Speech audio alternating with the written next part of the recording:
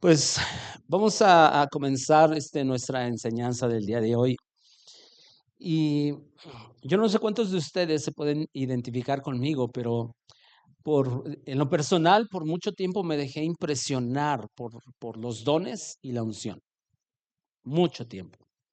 Y yo recuerdo que era de los que incluso oraba a Dios, oraba todos los días, Señor, úngeme, Señor, que los dones que has depositado en mí los pueda usar para tu gloria. Y ciertamente, o sea, sigue siendo parte de mi oración, que lo que Dios ha puesto en mi vida lo pueda yo dar, eh, eh, entendiendo que no es mío, sino que solamente Dios nos permite administrar. Dice Pablo, escribe a los Corintios, dice, somos administradores de los misterios de Dios. Entonces, pero yo en lo personal, por mucho tiempo, cuando yo veía a una persona en la plataforma y veía yo cómo fluía, yo decía, yo quisiera ser como esa persona. Pero tristemente, de pronto a lo largo de estos años, llevo prácticamente sirviendo a Dios más de 40 años, entonces me ha tocado ver de todo tipo de personas, he estado en todo tipo de iglesias. Y recuerdo algo, más de una vez, de pronto esas personas en el altar o en la plataforma eran de una manera y abajo eran de otra manera. Y, pero uno se dejaba, o por lo menos yo me dejaba impresionar por lo que aparentemente ese hombre o esa persona hacía ahí. Y casi hacían descender fuego del cielo. Y a mí siempre me impresionaba y siempre decía, algún día que Dios me use en esto, en aquello. Ahora, yo me dejaba al menos impresionar por ese tipo de cuestiones, pero hoy, por ejemplo, he cambiado mi punto de vista y hoy no me dejo impresionar por ese tipo de cosas. Ahora, no estoy diciendo que los dones espirituales o que los milagros o que las sanidades hayan cesado. O sea, no. Yo creo que Dios sigue haciendo milagros extraordinarios, sanidades que solamente Él las puede hacer. Eh, Sin embargo, la verdad es de que a veces nos dejamos impresionar por ese tipo de cosas y hacemos a un lado algo que debe ser prioridad en el desarrollo de la vida cristiana de cada uno de nosotros. ¿A qué es a lo que me refiero? Hacemos a un lado, o sea, nos centramos tanto en los dones, en la unción, que hacemos a un lado el carácter de Cristo. Y en realidad, la meta de todo cristiano es llegar a ser como Cristo. Vaya conmigo primeramente a Gálatas capítulo 4, versículo 19. Pablo le escribe a los Gálatas precisamente esto que vamos a leer. Y yo quiero que lo notemos incluso con el amor que escribe Pablo a los Gálatas.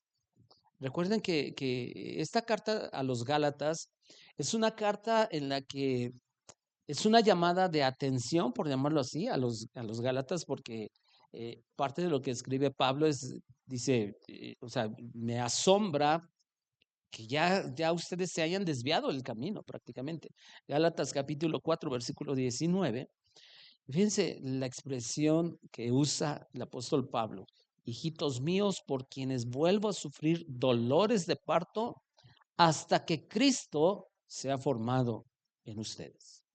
Hasta que Cristo sea formado en ustedes. Y hay más versículos, obviamente. Por ejemplo, Efesios dice que nosotros hemos sido predestinados, o Romanos también, que hemos sido predestinados para ser como el Hijo de Dios.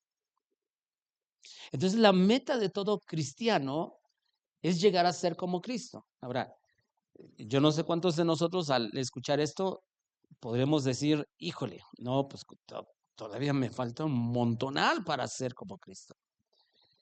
Y eso de ser como Cristo tiene que ver con que nuestro carácter se parezca al de Él. Y vamos un poquito más adelante, ahí mismo en Gálatas, capítulo 5, versículo 22. De hecho, cuando nosotros leemos desde el versículo 16, Pablo aborda algo que todo creyente estamos en esa lucha entre andar en el espíritu o andar en la carne. Ujú.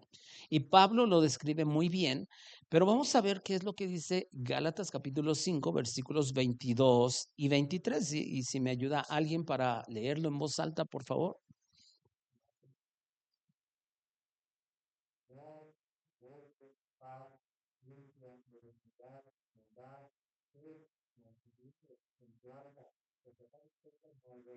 Contra tales cosas no hay ley. Para que nosotros realmente podamos decir, estoy en camino a parecerme a Cristo, el fruto del Espíritu debe ser tan evidente en nuestras vidas. Por eso les decía yo que muchas veces solamente nos enfocamos en la unción, en los dones, en las cosas sobrenaturales, lo cual Dios lo hace y Dios lo seguirá haciendo cuando Él quiera, pero a veces hacemos a un lado el que nosotros nos esforcemos porque la gente vea a Cristo en nosotros, o sea, que nosotros reflejemos a Cristo. De hecho, el nombre de esta enseñanza es un carácter como Cristo. Y básicamente lo voy a dividir esta enseñanza en dos partes. Un carácter como Cristo. Entonces, si realmente lo que leímos en este versículo, en estos versículos 22 y 23, de que es el fruto del Espíritu, quiere decir, incluso en algunas versiones de la Biblia dice, es lo que produce el Espíritu. O sea, recordemos algo. ¿En qué momento viene a habitar el Espíritu Santo en el creyente? Cuando lo recibimos. Él está ahí, el Espíritu Santo. Y Él empieza a trabajar. Es conocido como el proceso de la santificación. Desde nacemos de nuevo, nuestra naturaleza es cambiada, aunque seguimos teniendo luchas. Pero el propósito es de que ahí está el Espíritu Santo y Él empieza a acomodar. Es como, yo lo comparo así, ¿no? Es como cuando las mamás de pronto se meten al cuarto de los hijos y dicen, a ver, vamos a poner orden. Y empiezan a acomodar y empiezan de pronto a, esto no debía de estar así. Y esto, o sea, el Espíritu Santo cuando llega a la vida de un creyente, él empieza a poner orden. Y él empieza no solamente a poner orden, sino empieza a hermosear el lugar. Es algo parecido. Pero eso de ser realmente como Cristo es algo que nos va a llevar toda la vida, toda la vida. O sea, no es de que ya me convertí en cristiano, ahora, uy, soy una blanca palomita. No, es un proceso de toda la vida. Es lo que produce el Espíritu Santo en los creyentes. Y es el Espíritu quien produce esos rasgos de carácter que se encuentran o que son parte de la naturaleza de Cristo. Porque cuando nosotros vemos amor, gozo, paz, paciencia, sí o no en realidad está describiendo el carácter de Cristo. Es exactamente eso. No es otra cosa más que el control que tiene Cristo en nosotros. El control que tiene Cristo en nosotros. Y observemos algo, porque yo no sé si ustedes, incluso si pueden, si quieren contar o si saben, cuántas cualidades de carácter aparecen ahí en estos dos versículos. ¿Mm? ¿8? 9. 9. Ujú. Son 9. Y de hecho, las primeras tres cualidades de carácter tienen que ver con nuestra relación con Dios. Amor, gozo, paz. Las segundas tres tienen que ver con la relación con nuestros semejantes. Paciencia, benignidad, bondad. Y las últimas tres tienen que ver con principios que deben guiar nuestra vida. ¿Cuáles son? Pues son fe, mansedumbre y templanza. fe, mansedumbre y templanza.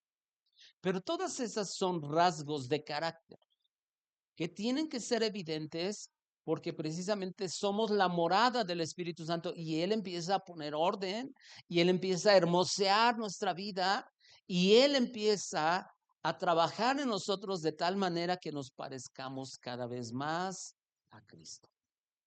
De hecho, la madurez de un cristiano se manifiesta no por los dones que tiene, no por los milagros que hace, sino porque tiene un carácter parecido al de Cristo. Eso es realmente madurez cristiana. Que ese hombre, esa mujer, es realmente considerada una mujer de Dios, un hombre de Dios. ¿Por qué? Porque su carácter es parecido al de Cristo. Y estos rasgos de carácter se ven no únicamente en la iglesia, sino en todos lados. Por ejemplo, y cuando yo medito en esto, los dones del Espíritu, o sea, los dones del Espíritu, Dios nos da dones, cada creyente por lo menos tenemos un don, pero los dones del Espíritu son dados para que nosotros hagamos la labor que tenemos como iglesia, o sea, es la capacitación de parte de Dios para cumplir la tarea que tenemos como iglesia. Pero el fruto del Espíritu es una labor que el Espíritu Santo hace para que nosotros representemos a Cristo en todos lados, no nada más en la iglesia. De algún modo podríamos decir, aunque no quiere decir que los dones estén únicamente que operen en la iglesia o en el tiempo que tenemos una reunión, pero es evidente que esos dones donde más se van a manifestar es estando en un ambiente de iglesia. Ajá. Y no quiere decir que si tienes un don, de pronto no puedas o no, Dios no te use fuera de las cuatro paredes de la iglesia. No estoy diciendo eso. Pero específicamente dentro de una reunión de iglesia, bueno, los dones del Espíritu, pues obviamente van a ser evidentes. Pero el fruto del Espíritu no se encierra a cuatro paredes. Está en todos lados vigente.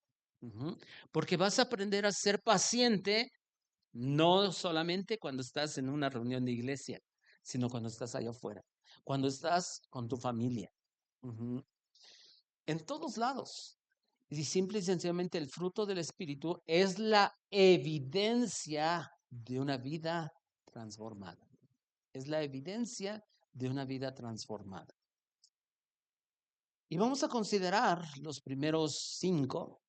El primero de ellos dice que es amor. Amor.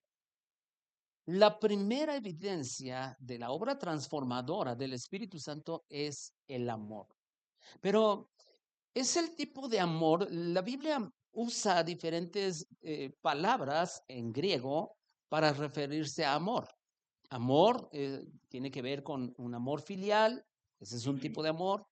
Otro tiene que ver con el amor romántico o erótico, que es el amor entre una pareja, hombre-mujer. Pero otro tipo de amor es el amor ágape, que tiene que ver con un amor incondicional, que en esencia es el tipo de amor que Dios tiene. Tiene hacia nosotros un amor absolutamente incondicional. Y cuando nosotros leemos estos versículos, bueno, el Gálatas 5:22, cuando dice amor, usa esta palabra ágape, o viene de esta palabra ágape. Y ágape implica fidelidad, compromiso y es un acto de la voluntad. Es un acto de la voluntad. Amor siempre está ligado a fidelidad. Siempre está ligado a un compromiso. Siempre está ligado a que es yo decido amar. Es como, por ejemplo, cuando nosotros leemos Isaías, hay un versículo que dice, yo soy el que borra tus rebeliones, dice, por amor de mí mismo. O sea, ¿por qué son borradas nuestras rebeliones? Por el amor incondicional que Dios tiene. Y Dios no puede tener otro tipo de amor porque es parte de su naturaleza. Y ese amor ágape se describe esencialmente en primera carta a los Corintios capítulo 13, vaya conmigo un poquito atrás de Gálatas, primera carta a los Corintios capítulo 13, versículo 4 al 7. Estoy seguro que todos nosotros hemos leído o por lo menos oído esta parte de la escritura, pero básicamente el amor ágape está aquí, de algún modo resumido. ¿Alguien lo tiene?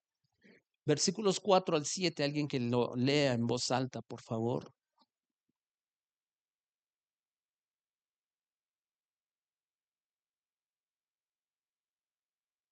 Ujú. Hasta el 7, Clau, por primera Corintios 13, 4 al 7. Ujú. Ok.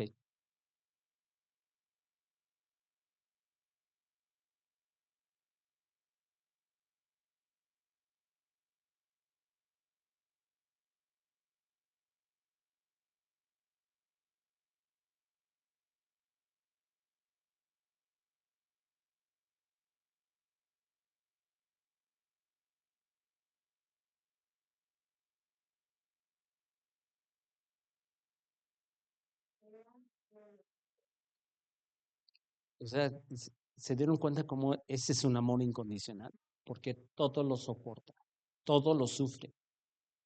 Por eso cuando alguien ama, es capaz de perdonar. Por eso cuando alguien ama, es capaz de sufrir. De hecho, ¿quién es el mayor ejemplo de amor incondicional? Jesús, porque vino a sufrir algo que nosotros debemos sufrir. Pero ese es un amor incondicional. Ahora, cuando nosotros pensamos en el amor de Dios, yo no sé si a usted le pase, pero yo me he preguntado muchas veces yo no sé si a ustedes les pase, pero de pronto yo creo que a todos nos pasa que en ciertas épocas de nuestra vida como que tenemos como que nuestras preguntas existenciales. Y yo le pregunto a Dios, pero ¿por qué? ¿Por qué decidiste amarme? Si aún tú sabías que aunque yo por más que me esfuerce y quiero agradarte y tú sabes que ese es mi anhelo, tú sabes que te iba a fallar. ¿Y por qué me elegiste? ¿Por qué me amaste? ¿Hay una respuesta a eso? No, es nada más porque Él decidió amarme. Yo no hice ningún mérito para que Él me amara. Y fíjense cómo lo describe tan perfecto esta parte de la escritura, que el amor no tiene envidia, no es jactancioso, no se envanece. Quiere decir que aquellos que son jactanciosos y se envanecen, difícilmente llegan a amar o, o, o tienen un amor real, genuino. Dice el versículo 5, no hace nada indebido. No hace nada indebido. Por eso el amor está ligado a la fidelidad y al compromiso. Porque no hace nada indebido. No busca lo suyo, no. Y me llama tanto la atención, dice, no se irrita y no guarda rencor. Yo digo, si nosotros, incluso como matrimonio, nosotros entendiéramos, ok, si yo amo a mi esposa, no tengo por qué estarme irritando a cada momento con ella. Es un amor incondicional. Ujú.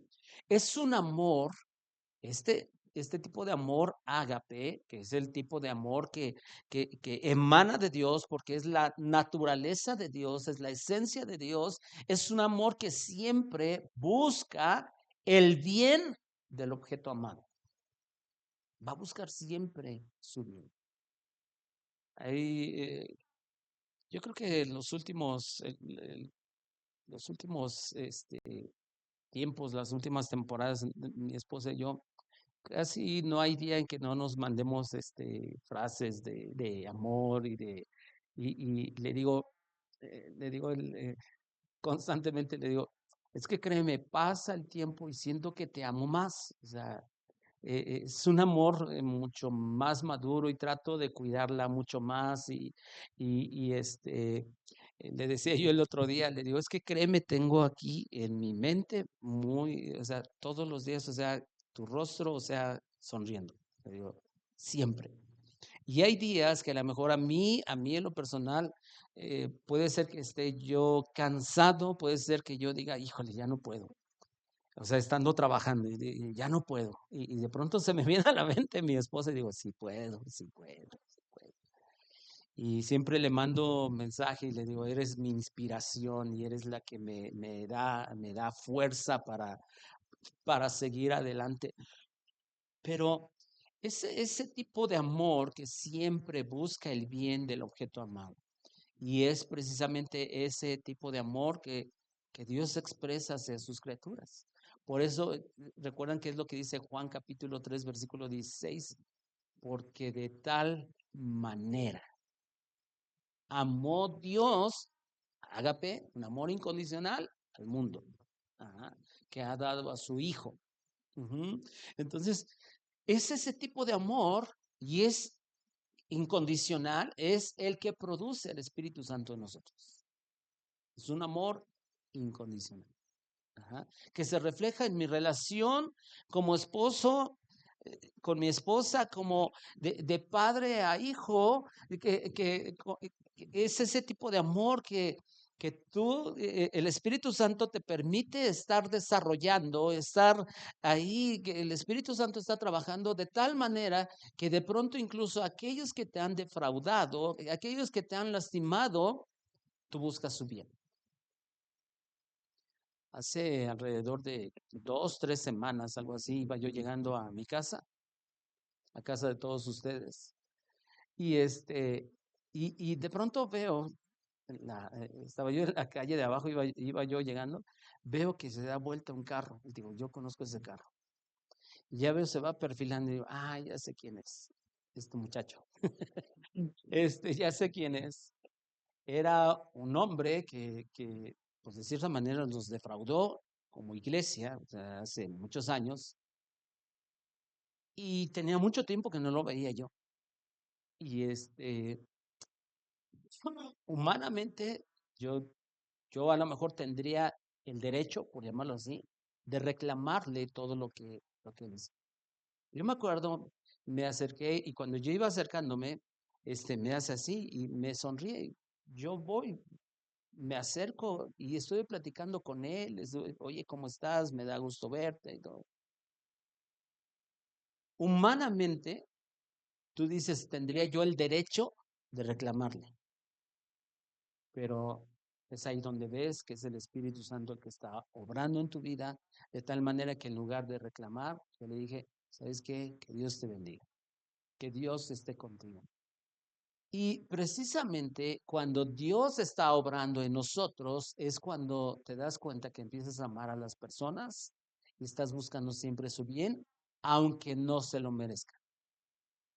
Ese es el tipo de amor que Dios tiene hacia nosotros.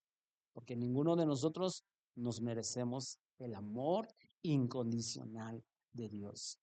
Y es ese amor que emana de Dios, que emana de su propia naturaleza, y es ese tipo de amor que el Espíritu Santo produce en nosotros como hijos de Dios. Entonces, por la obra del Espíritu es que podemos amar incluso a los hermanos en la fe, pero además de nuestros hermanos en la fe, incluso a nuestros enemigos. Veamos lo que dice Juan capítulo 13, versículo 34. Juan capítulo 13, versículo 34. Y quien lo tenga lo puede leer en voz alta, por favor.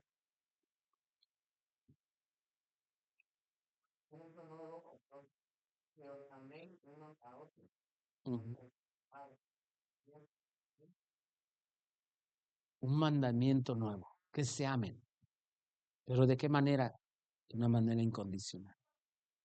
Ese es el tipo de amor que Dios quiere que nosotros desarrollemos en todo tipo de relación. Ujú. En todo tipo de relación. Pero además, vea lo que dice Mateo capítulo 5 versículo 44.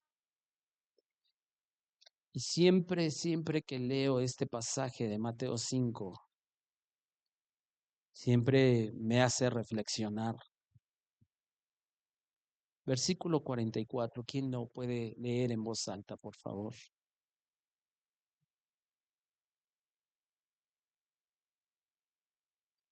¿Nada más?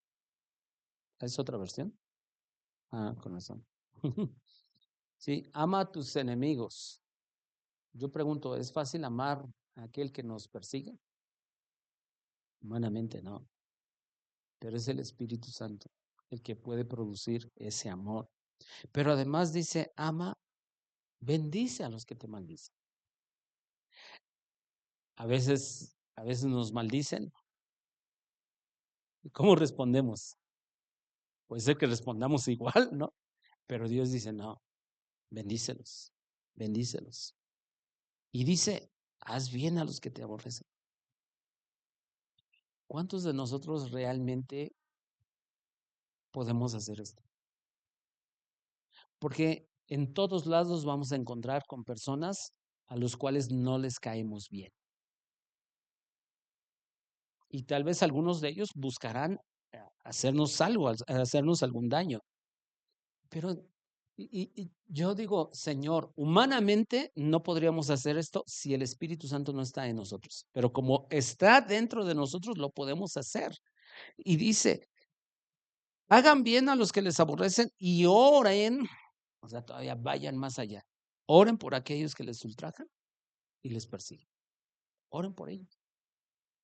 ¿Cuántos de nosotros, ay, que se los lleve Dios? ¿Verdad? Ahora, claro que los creyentes podemos amar incluso a aquellos que buscan nuestro mal, pero no por un esfuerzo humano, sino solamente por la obra del Espíritu Santo en nosotros. Romanos capítulo 5, versículo 5. Romanos 5, 5.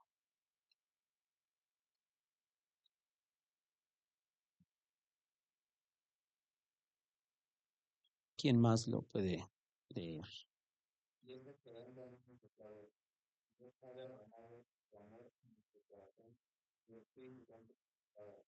¿Se dan cuenta? Es la obra del Espíritu Santo en nosotros. Es la obra del Espíritu Santo quien, como ha sido derramado en nosotros, como ha sido depositado en nosotros, somos capaces de amar. Somos capaces de amar. Ujú.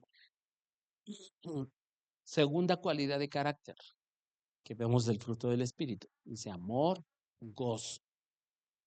Y gozo no es una alegría, o sea, no es de que te la pasaste bien con unos amigos, estuviste riendo, esto, aquello, pero terminando la reunión se acabó. Eso es alegría.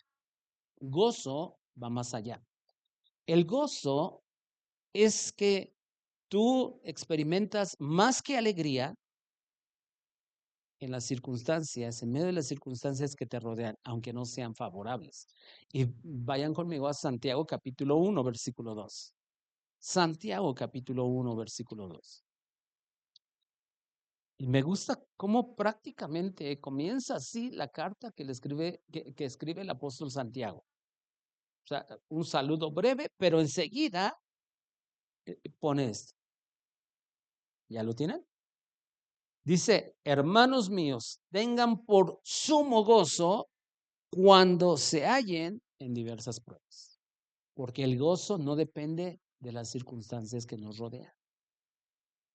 No importa. No importa que como decimos, híjole, me está yendo de la patada, pero tú no pierdes tu gozo. No pierdes tu gozo. ¿Por qué? Porque es algo que entiendes que ha sido derramado de parte del Espíritu Santo. El gozo es más parecido al contentamiento que a la emoción. Right? Y eso es importante entenderlo. Porque a veces el gozo lo ligamos solamente a lo emocional, pero en realidad es ese sentir que tú tienes que estás contento aunque no te vaya bien, que estás contento con un plato de frijoles o con un plato de huevo, aunque sea 24 de diciembre y todo mundo echando la casa por la ventana, pero tú dices, yo tengo gozo. No importa las circunstancias, no importa que te esté yendo mal, no importa si no tienes trabajo, no importa si no tienes que comer, tú tienes contentamiento, tienes gratitud hacia Dios, no, tus circunstancias no minan tu gozo. ¿Eso quién lo puede generar? Solamente el Espíritu Santo en nosotros.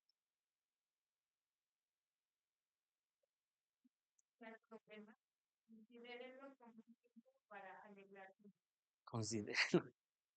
Ahora, por lo regular, como muchos de nosotros vivimos en las emociones, cuando es un tiempo difícil, como que no nos da por alegrarnos.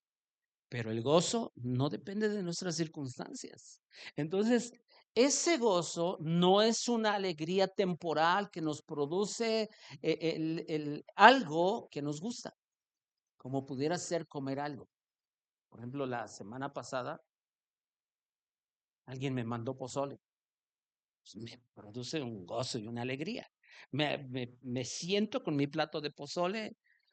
Y para mí, o sea, ustedes saben que, bueno, no soy el único, Jamie también, el pozole puede, puede desayunar, comer, cenar y echarse una colación de pozole, ¿verdad? Pero este, yo soy feliz con un plato de pozole, ajá, pero es mucho más que solamente la emoción pasajera que te puede presentar eso. Ujú.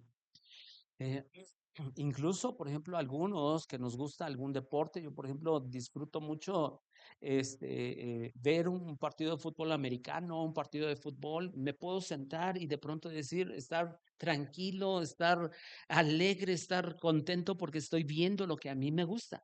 Pero el gozo es algo mucho más allá de lo que te puede generar algo temporal. Ajá. Yo, por ejemplo, a mí siempre me ha gustado que gente vaya a mi casa. Ajá, y cuando alguien me visita, ¿ok? Para mí es algo que me produce alegría, gozo.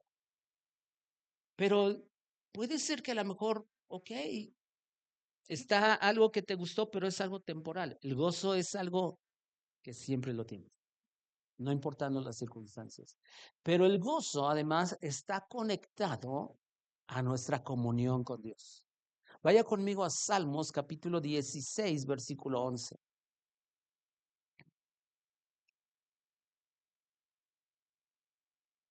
Salmos capítulo 16, versículo 11. Y también siempre me ha gustado este versículo. ¿Quién lo puede leer en voz alta, por favor?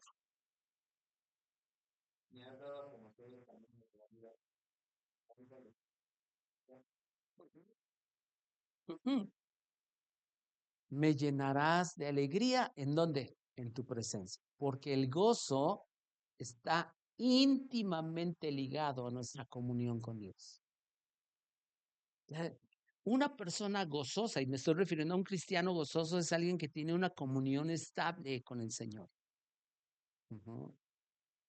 Es alguien que nada le roba su gozo. Lo he mencionado en otras ocasiones. Si tú pierdes tu paz y el gozo, el diablo puede hacer cualquier cosa contigo. Pero si tienes paz y gozo, en medio de cualquier adversidad, en medio de cualquier aflicción, en medio de cualquier, tú piensas claramente y tú sabes que Dios está contigo y Él va a actuar.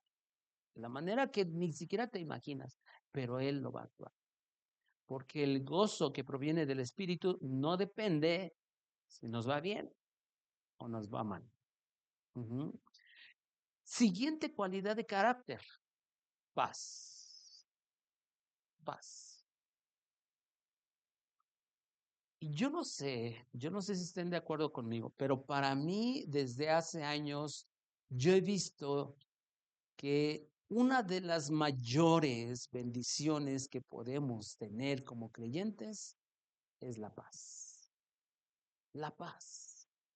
La paz no puedes ir a la farmacia y decir, ¿sabe qué? Necesito 1 kilo de paz o deme unas ampolletas de paz. No, pero la paz es una bendición tremenda.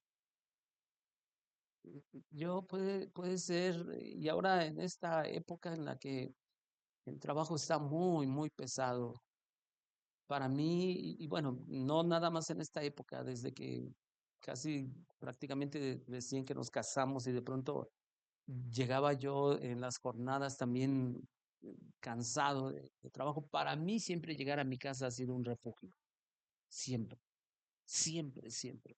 Pero, ¿por qué? ¿Sabe por qué? Porque ahí es donde encuentro paz. Y para mí, o sea, es tuve problemas, me siento cansado.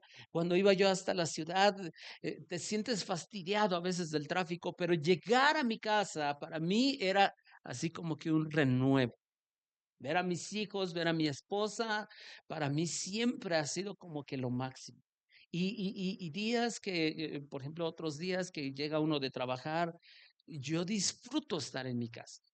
Disfruto tanto estar en mi casa, pero sobre todo, ¿por qué? Porque es un ambiente de paz. Es un ambiente en el que el Señor está derramando su paz sobre nosotros. Y la verdad es que en un mundo caótico, acelerado, lleno de violencia, estresante, tener paz es una bendición. Es una bendición. Siempre he pensado que cuando tú tienes paz, incluso con los semejantes, puedes salir a la calle sin esperar que te anden persiguiendo, sin esperar a que alguien te procure hacerte un daño. Puedes salir por la calle, saludar a los vecinos, saludas a una persona, por cierto, de pronto salgo sobre todo a veces con mi esposa y de pronto me dice, tú pareces Miss Universo, todo el mundo te saluda, hasta personas que ni conozco, de pronto pasan, me hacen adiós, pasan en los carros, me hacen adiós, me dice, ¿quién es? ¿Quién sabe? Pero me hizo adiós, pues yo lo saludo. Yo lo saludo. Pero la paz en un mundo acelerado es una bendición.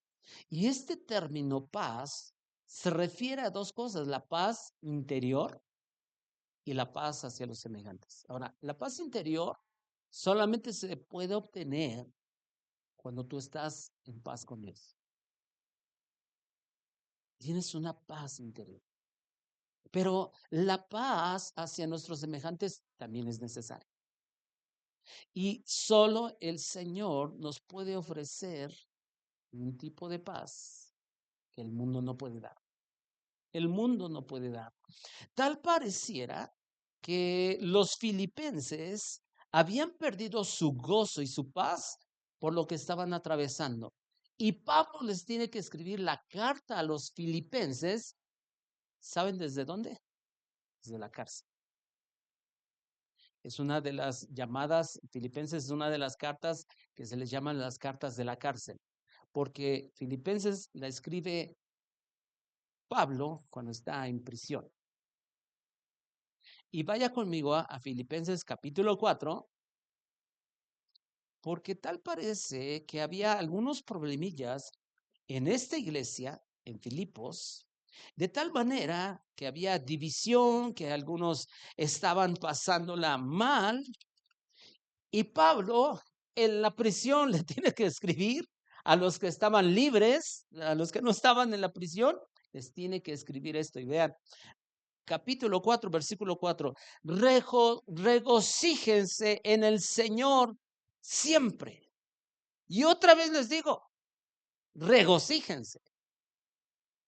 Pablo, yo no sé si pudiéramos entender el énfasis que tiene Pablo hacia estos hermanos que estaban perdiendo su gozo. Luego avancemos al versículo 6.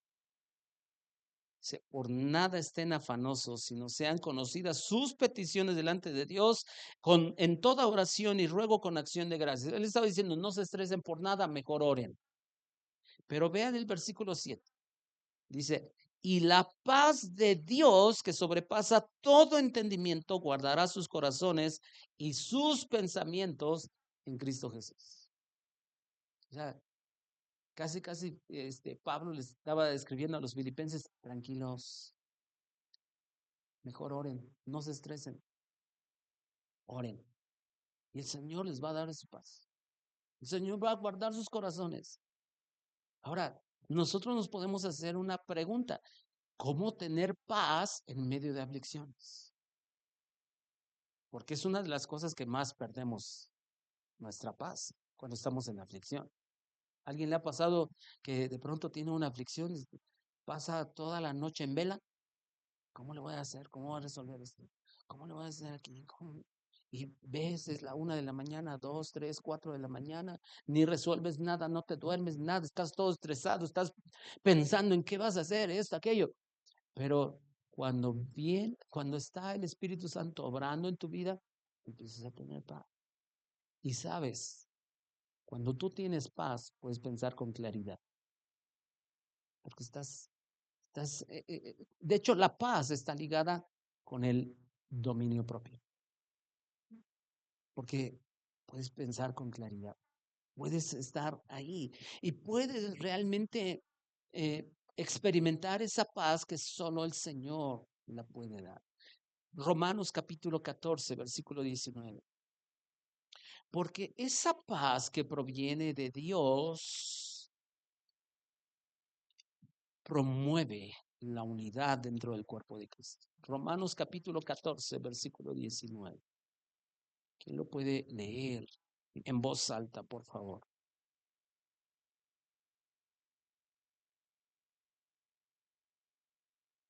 Sigamos lo que contribuye a la paz y a la mutua edificación. ¿Por qué? Porque cuando hay paz en una iglesia, aquí lo aplicamos a cuestión de iglesia, cuando hay paz, un ambiente de paz, nos estamos edificando unos a otros. Unos a otros nos estamos edificando. Y vamos al último rasgo de carácter que hoy vamos a considerar. Paciencia. Y eso es algo que de pronto no tenemos muchos. Pues sí, no, ¿verdad? Algunos de nosotros, ¿cómo nos cuesta tener paciencia? Yo recuerdo, mis hijos estaban pequeños y de pronto yo ansioso, queriendo salir y todo, hasta que un día me dice mi esposa, porque yo estaba ya ahí carrereándola para que saliéramos y ella pues tenía que preparar en ese entonces 2 maletas, una para cada uno de mis hijos, y yo así como que, y hasta que me puso en mi lugar mi esposa, como ya me ayudaste, pues ya te puedes, ya podemos irnos, ¿verdad?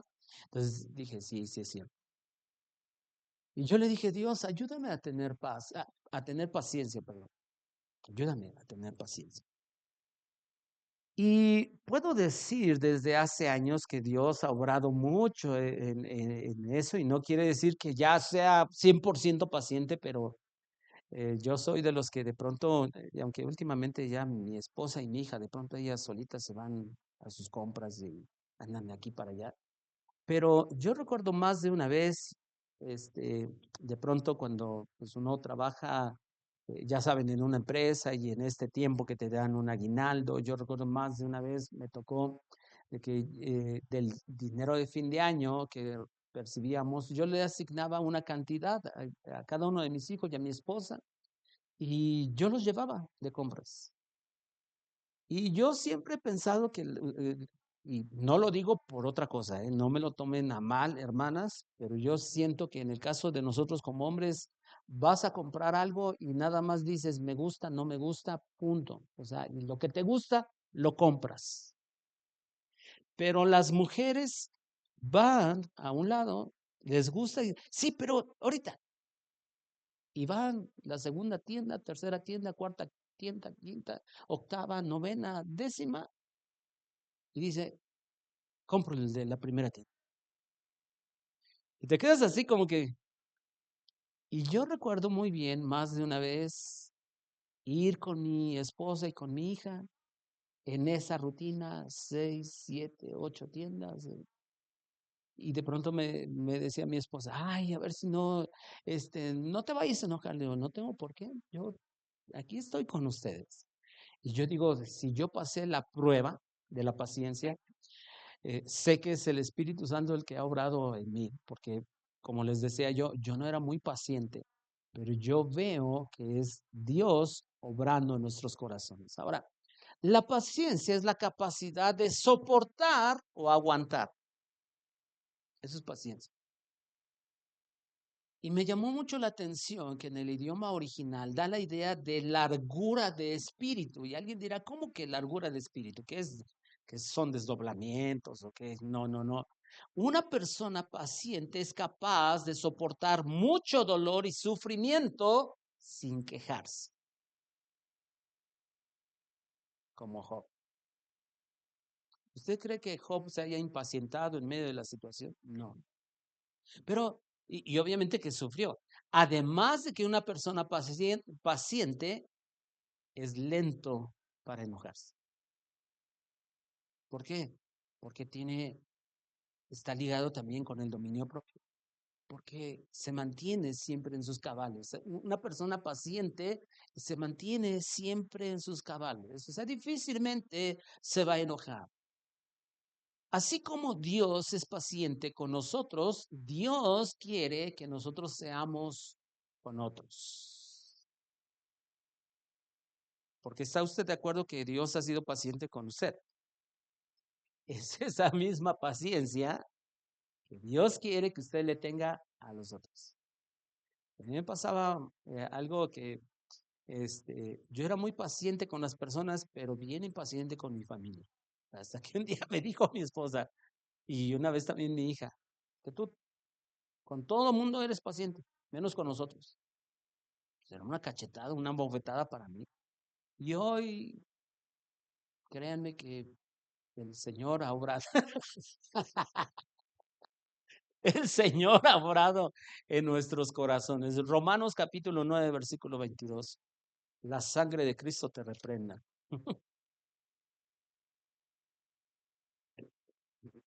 Romanos 9, 22.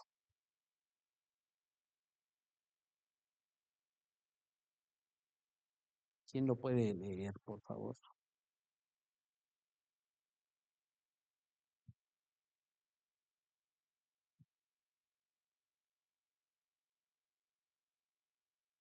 Ujú. Ujú.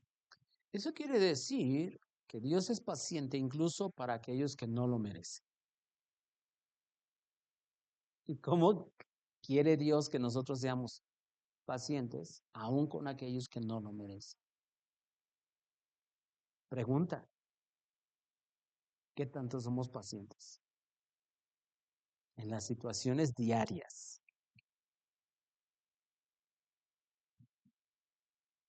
Cuando estamos en nuestra casa.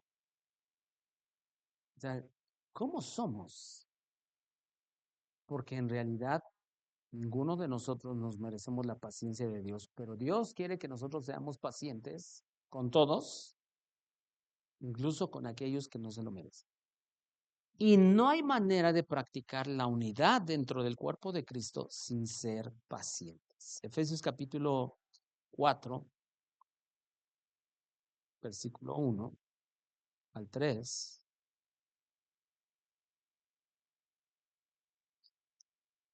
No hay manera de tener unidad dentro del cuerpo de Cristo sin ese rasgo de carácter que es la paciencia. ¿Qué dice?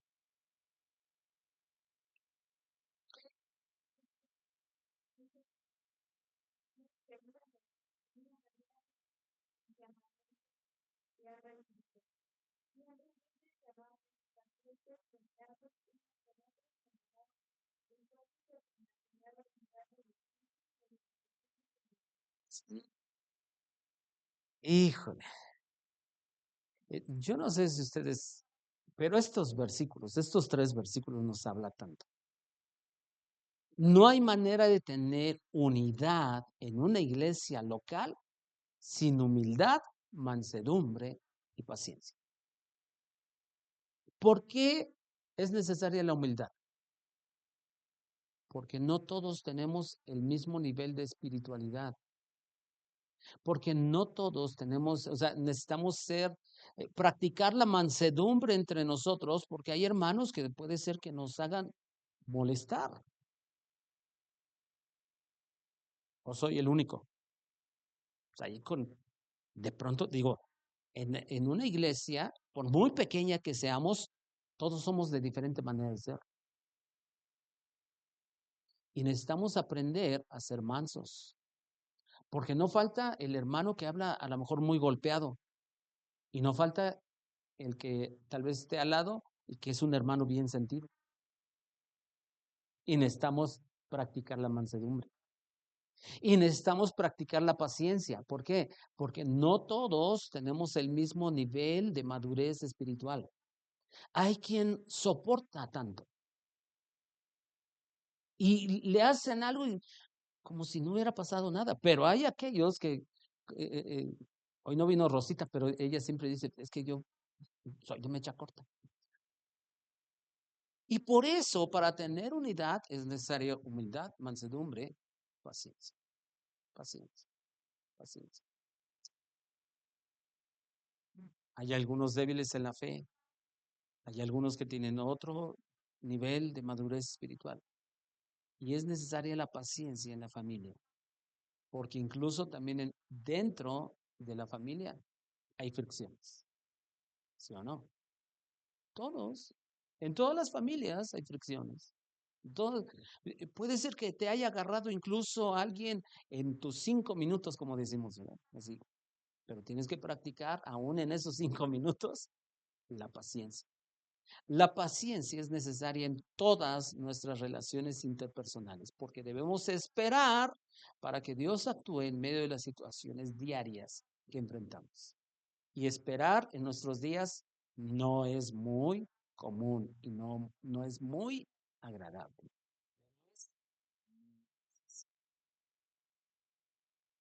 Solo así podemos llegar a tener un carácter como el de Cristo.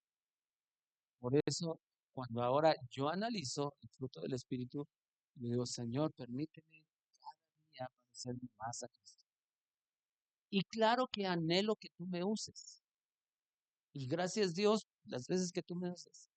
Pero quiero representar a Cristo donde quiera. ¿No? ¿Les parece si oramos? Señor, te damos infinitas gracias. Gracias por tu palabra, gracias por este tiempo, gracias por la vida de mis hermanos. Yo creo en que tú nos estás moldeando. Todos los que estamos aquí necesitamos, Señor, ser moldeados. Que así como tú nos has salvado, Señor, estás en ese proceso de santificarnos todos los días. Necesitamos tener un carácter santo, un carácter piadoso, un carácter que represente a Cristo donde quiera que estemos. La verdad es que a algunos de nosotros nos hace falta ser amorosos. Algunos de nosotros tal vez hemos dicho, pues sí amo, pero me cuesta trabajo. El mayor acto de amor, la mayor evidencia de amor fue en la cruz. Y fue un amor tan evidente, se manifestó de una manera clara. Aquellos, oh Dios, que tal vez perdemos nuestro gozo en situaciones que nos afligen, que nos agobian. Nos damos cuenta, Señor, que es muchas veces porque hemos perdido también nuestra comunión contigo. Pero si somos verdaderos creyentes, Señor, tu Espíritu Santo está trabajando en nosotros. Hay momentos difíciles que nos hace, que nos parece imposible casi tener paz, tener paciencia, pero la necesitamos, Señor. La necesitamos porque es la manera de representarte dignamente, sea en el trabajo, en la escuela, en la familia, en la iglesia. Es necesario tener estos rasgos de carácter para tener una iglesia sólida, una iglesia madura, que no está llena de bebés espirituales, que no se comportan de una manera indebida. Señor, ¿cuánto necesitamos que seamos maduros en la fe, que seamos maduros en nuestro carácter? Gracias, oh Dios, por tu palabra. Gracias, Señor, por la vida de mis hermanos que están aquí y por aquellos, oh Dios, que han de ver la transmisión más adelante, Señor. Bendícelos. Sigue obrando en nuestros corazones. Te lo rogamos en el nombre de Jesús. Amén. Que Dios les bendiga.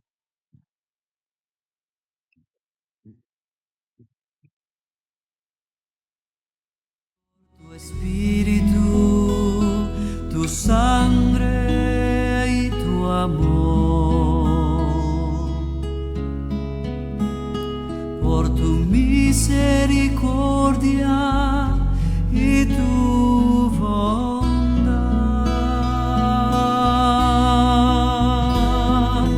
Haz de mí lo que tengas que hacer.